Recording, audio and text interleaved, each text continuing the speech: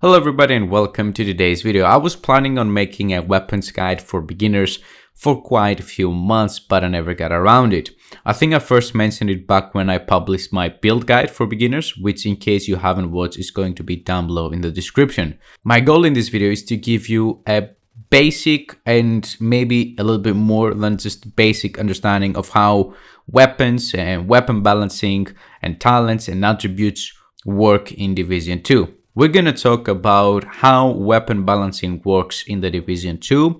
We're going to talk about weapon attributes and what they mean. We're going to talk about the most impactful weapon talents in my opinion. And then on the last part, I will share with you my top picks from every weapon category. In this video, I will not go over exotics or named weapons because I think that will make the video extremely long. As you can see, it's already pretty long. So maybe I will make a separate video for that if you guys want me to. So let's talk about weapon balance. Division 2 uses a very simple method of balancing weapons. If we take a look at the assault rifles, you will notice that the higher the base damage of a weapon, the lower the RPM. For example, the military AKM has a base damage of 60.6k and an RPM of 600 rounds. The FAMAS on the other hand, because it has a much lower base damage of 44.2k, it comes with a 50% higher RPM than the military AKM, an RPM of 900 rounds. These two examples, of course, are the extremes, and that's why most players I've talked to about their personal favorite assault rifle, they will go with a much more balanced all-around weapon, something like the Police M4 or the Carbine 7. The Police M4 has a base weapon damage of 44.2k, just like the FAMAS, and an RPM of 850. In first sight, you might think that the FAMAS is just plain better, since it has the same damage but more rounds per minute. However, the Police M4 comes in with much better accuracy, better stability, and better damage drop-off, so in most situations it will perform better. The same applies to the Carbine 7. It has a decent base damage of 47k and an RPM of 790 rounds. If we take a look at the SMGs, you will notice the same pattern. The named SMG apartment comes with base damage of 53.1k and an RPM of 850. The Vector HPR 9mm comes with a much lower base damage of 37.1k but an insane RPM of 1200 rounds. Generally speaking, if a weapon has a very high RPM, it will have low base damage, while at the same time, in most situations, the higher the RPM also means that the weapon will have a shorter range and it's going to be much harder to control. Meanwhile, the lower the RPM of a weapon, the weapon becomes much more accurate, much easier to control, and most likely it's also going to have a better base damage. I won't go over the rest of the weapon categories because by now I think you pretty much understood the point I was trying to make when it comes to how weapon balancing works in this game. I mentioned earlier accuracy and stability. These are just some of the stats of the weapons that can also appear as attributes on builds. Let me explain. The stats a weapon has are the following: base damage, RPM, reload speed, range or damage drop-off, and then we have accuracy and stability. Starting off with base damage, things are pretty simple here. It pretty much means how hard a bullet would hit if you had no other stats that affected your damage in your entire build. If you had no red cores, if you had no critical hit damage, if you had no headshot damage, if you had no talents, if you had absolutely nothing, what would have been the damage that weapon would do?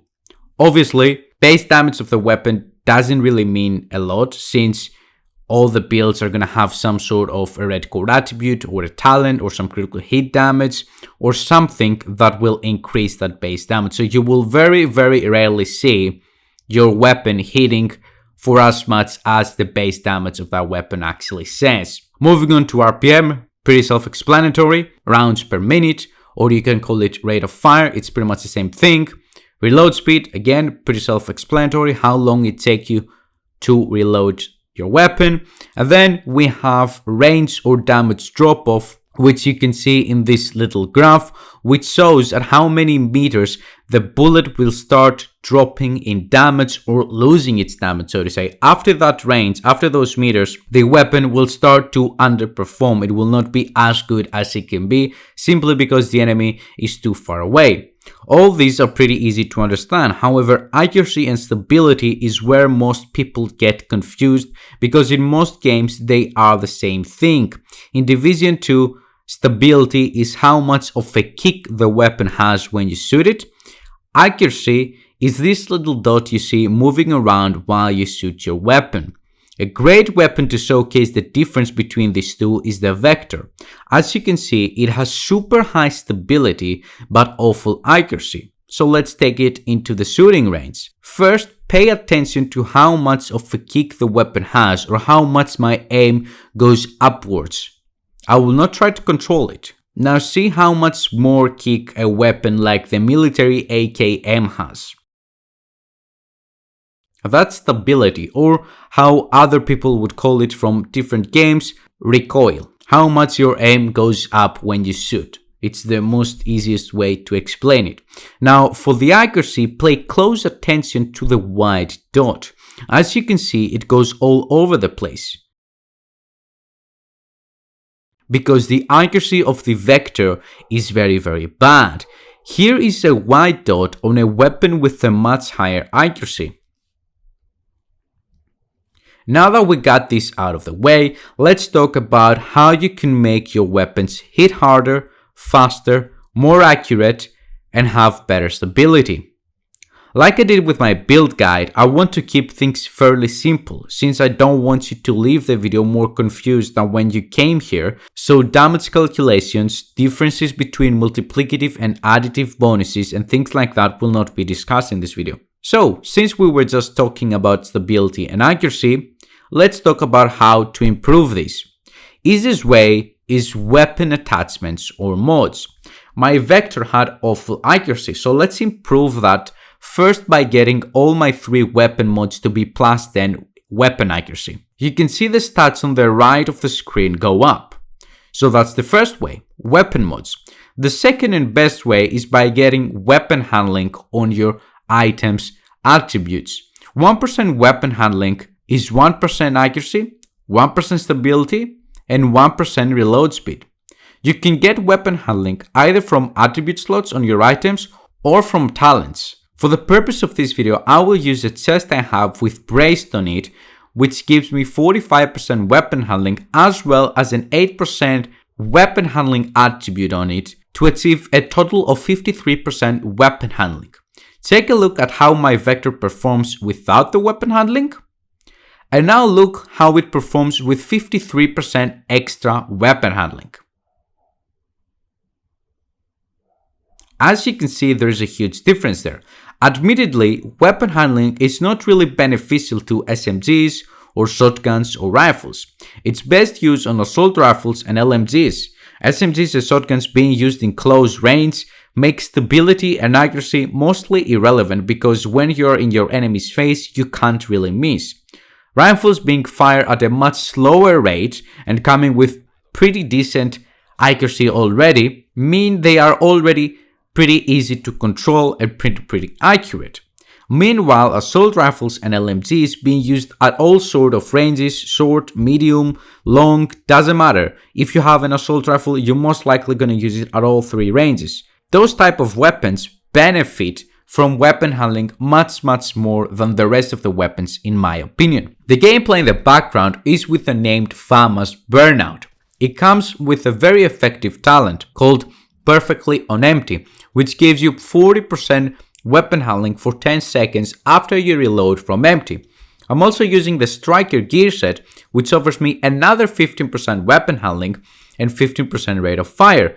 And last but not least, I'm using a Fenris AB chest piece with braced on it for the extra 45% weapon handling behind cover, and I also have another 8% weapon handling attribute on it. So in total, I have 68% weapon handling all the time, and when I reload from empty, I get another 40%, pushing me all the way up to 108% weapon handling for 10 seconds. Obviously, 108% weapon handling is extreme and you're just wasting better stats like critical hit damage and critical hit chance. If I'm being honest, anywhere between 35 to 45% of weapon handling is the most you will need with an assault rifle. At least in most cases, it will be enough to make your weapon feel like a laser beam, but I want to get as much weapon handling as possible in order to show to you how much of an effect it can have on a weapon. As you see here, my burnout has about 0 recoil and it's insanely accurate. So you get why weapon handling can be a pretty useful attribute.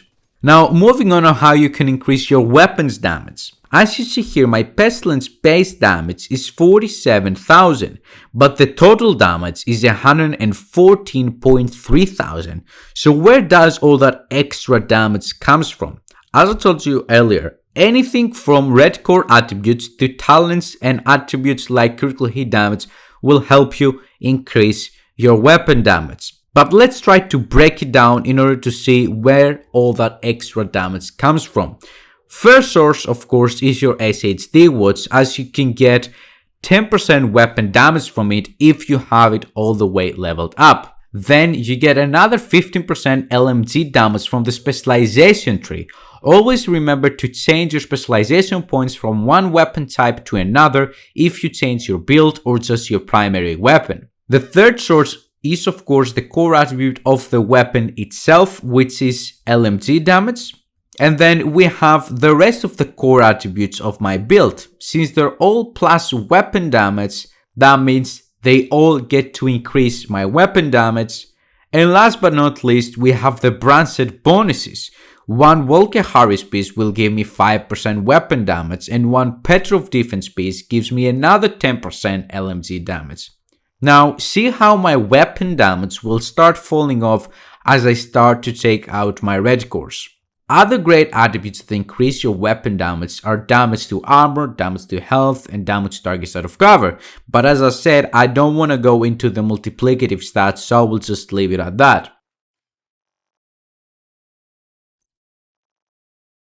Since we're talking about how to increase your weapon's damage, I think it's time we talk about talents. We won't spend much time in this part of the video since talents are pretty self-explanatory, so I will just go over the best talents, at least in my opinion. Starting off with rifles, my personal favorite are Boomerang. Critical hits have a 50% chance to return the bullet to the magazine. If the bullet is returned to the magazine, the next shot has 40% increased damage. Obviously, Boomerang works great with critical hit chance builds. Lucky Shot.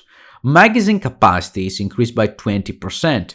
Missed shots from cover have a 100% chance to return to the magazine. I find Lucky Shot to be a very fun talent to play with, however, it's not as effective as Boomerang. Ranger amplifies weapon damage by 2% for every 5 meters you're away from your target. That's another great option if you like to play with rifles from a longer range. And last we have Rifleman. Landing headshots adds a stack of plus 10% weapon damage for 5 seconds. Max stack is 5. Additional headshots refresh the duration. Rifleman is a great talent in case you're going for those headshots. Otherwise, I wouldn't recommend it. These are the rifle talents I consider to be pretty good, with Boomerang of course being the best. Moving on to sniper rifles, I would dare to say that the only sniper talent worth using is the Ranger for the amplified damage, but then again, I'm not a big fan of sniper rifles, I don't really play with them, so I might be wrong, don't take my word for it. When it comes to shotguns, I don't play with them a lot, but my top picks would be Pummel, which after 3 consecutive kills refills the magazine and grants plus 40% weapon damage for 4 seconds. Pumped Up, which when you reload, it gives you 1% weapon damage for 10 seconds and stacks all the way up to 25 times. And even though I said we won't cover named weapons, Rock and Roll is by far my favorite and the only shotgun I use simply because of the talent it has. Perfectly extra, plus 50% magazine capacity. Combine that with the pretty high RPM the weapon comes with, and in my opinion, it's just the best shotgun hands down. Moving on to the rest of the weapon categories, assault rifles, SMGs and LMGs. Talents such as Optimist, Trained, or Killer are great for most LMGs, ARs, and SMGs, depending of course on your playstyle. Then you have Fast Hands in case you like fast reloads. Steady Hands can create some truly amazing and fun to play with builds. Each hit grants you a stack of plus 1% accuracy and stability. At 100 stacks, you consume them and refill your entire magazine. So pretty much if you take an LMG which has, let's say, a pretty big magazine with, let's say, 150 bullets, and then you add the magazine mode that comes with the gun specialization, which gives you another 50 bullets, you have a weapon of 200 bullets. If you hit 50% of your shots before you run out of bullets, you're pretty much going to get your entire magazine back, and you're also going to have great stability and accuracy, which is going to help you very, very much. Frenzy for the LMGs is also extremely fun to use. For every 10 bullets in the magazine capacity, gain plus 3% rate of fire and 3% weapon damage for 5 seconds when reloading from empty. Combine that with some crazy builds that can give you a magazine size of 400 rounds, and the results when you proc Frenzy are just insane. It's not that the build is so extremely good or anything, but it's insanely fun to watch it when it gets that 130% increased rate of fire. You can also use Frenzy in a much more balanced and logical build, which will be both fun but also beneficial. However, because I like to mess around a lot with my builds, when I use Frenzy, I'm going for as many rounds as possible just to get that insane RPM after my reload. The measure talent for all three categories is also another great option, depending on your build of course. The top half of the magazine has 20% rate of fire and a minus 30% weapon damage. The bottom half of the magazine has minus 20% rate of fire and 30% total weapon damage. InSync works insanely well for skill builds. Hitting an enemy grants plus 15% skill damage for 5 seconds. Using a non-shield skill or damaging an enemy with the skill grants plus 15% weapon damage for 5 seconds. And when you have both of these buffs procced, damage increases are doubled while both buffs are active at the same time. So you can get a nice buff of plus 30% skill damage and 30% weapon damage at the same time with this one. And last but not least, we have of course Flatline. Amplifies weapon damage by 15% to pulsed enemies. After 3 kills, applies pulse to the next enemy you hit. Obviously you have the perfect Flatline as well, which just amplifies your weapon damage by 20%, but because I said we won't cover named items in this video, I don't want to talk about that. You can combine Flatline with the Technician specialization for the linked laser sight that instantly pulses anyone you aim at, and with the chest piece that has the talent Spotter on it, which will give you another 15% amplified weapon damage to pulsed enemies in order to get a total of 30% amplified weapon damage. Now that talents are done, let's talk about my personal favorite weapons. Starting off of course with the Police M4, I like the way it looks, I like the way it sounds, and I like the way it handles. Probably more than any other weapon in the game. As I said earlier in the video, it has the perfect balance between power, rate of fire, and handling. The FAMAS is another assault rifle I'm a big fan of. The high RPM combined with a strong build like Striker build or a classic red build makes this one of the most fun weapons to use. You'll have high RPM, you will melt through enemies, it's going to be extremely fun to play with. Just trust me and give this weapon a chance if you haven't already. When it comes to the SMGs, I prefer fast firing SMGs, so the Vector SBR 9mm is king in my opinion. I rarely pick up SMGs because they don't fit my playstyle too much. I prefer assault rifles. However, when I do, that's one of my favorite SMGs. The others are exotics, so we will not talk about them. When it comes to the rifles, the classic M1A has been one of the best weapons in the game for years. And there's a reason for that. It has a decent RPM with a pretty high base damage and very good accuracy, which allows you to put builds together that require maybe 3 to 4 shots max per elite enemy on heroic difficulty. There's a reason this is one of the best weapons for a very long time, and there's a reason why the meta for almost a year was pretty much a full red build with just the classic M1A, because it hits like a truck. Regarding the LMGs, the GR9, which is a relatively newer weapon, is by far my favorite, coming in with a huge base magazine of 220 rounds. It allows you to create all sorts of builds, especially if you go with some of the more fun to use LMG talents like Frenzy, for example. Like I told you earlier, you can get this weapon a total magazine size of 400 rounds, and when you proc Frenzy, when you reload, you're gonna fire so fast, you're gonna start dropping frames.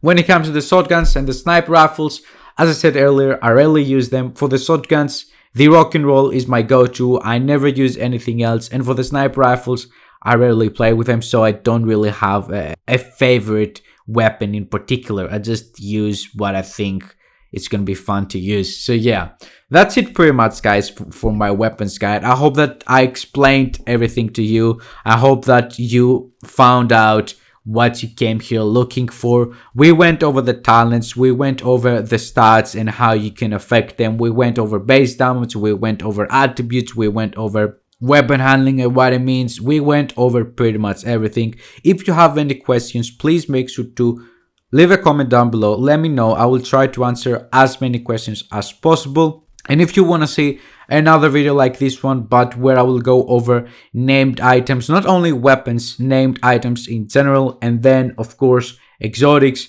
just let me know and I will start working on it. Thank you very much for watching. I hope that you found the video helpful. If you did, please make sure to drop a like and subscribe to the channel. It really helps me and I really appreciate it. Have a wonderful day, everybody. Bye bye.